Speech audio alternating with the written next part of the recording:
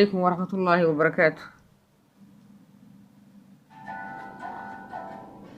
وعليكم السلام السومالي meel kasta joogtaan dalka iyo dibadda. Bacda salaam share like subscribe saara. Waxaan maqlay bariyaha kan oo dhan iyadoo la leeyahay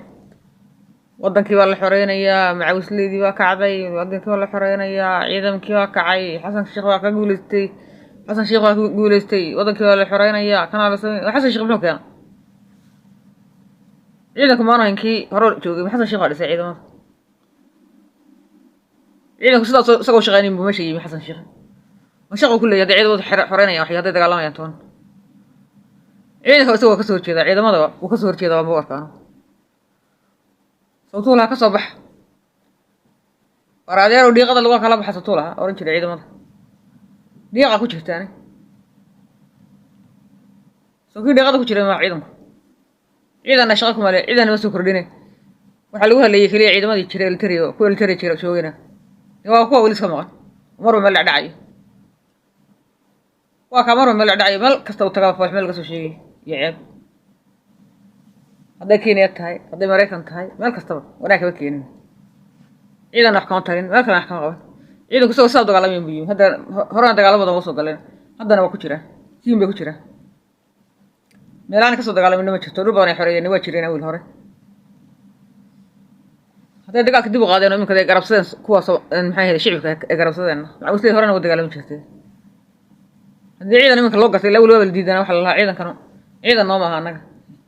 anaga ciidan nooma aha waa ciidankii farmaajo soo oran jiray Afrikan koona ilaaliyo anagu Afrikan kaan rabnaa yaana laga saarin Afrikan kaan oo joogo Afrikan kaan hoos galeynaa gubeysi jecel waan dhacuudi billahi min shayda xasan sheekh maanu kiyo nahay haa jooji xaysiiska beenta ciidanku ka hor dagaalamay hadda iminka dagaalamayaan horena ugu jiraan dagaalka wax cusub ka shaqo aragno anagu hadda xoreynayaan waa wanaagsan yihiin ciidanku waa waxa loo dhisay xoreeyaan dalka wilaayinta intii maqaynaysa keen way intii ciidamada ugu badnaa oo maqan oo laga keen say wadanka maxay u xoreeyaan inta kale baa lagu helay intii ramata dayacan intaas gacanta loo gashay waxa ciidanka qabtay iyo xogooga toona ma jirto sidii ugu yimid shaqeynayaan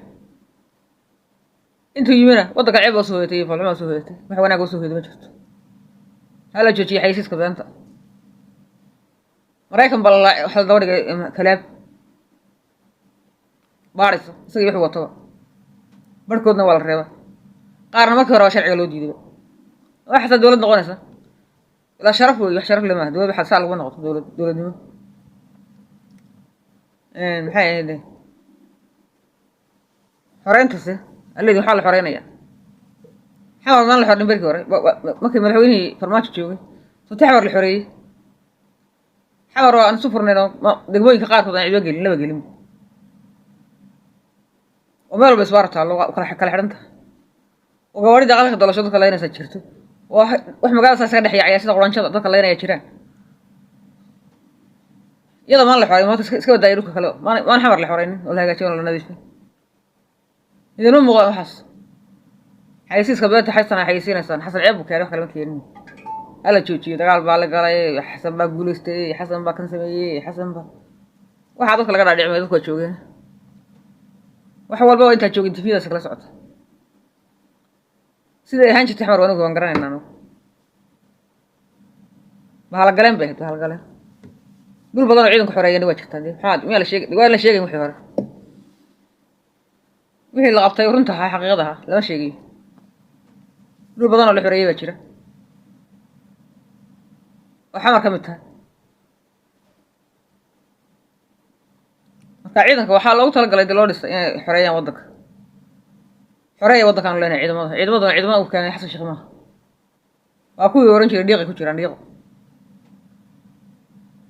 ciidamada xoog leh wadanka waa loo dhisay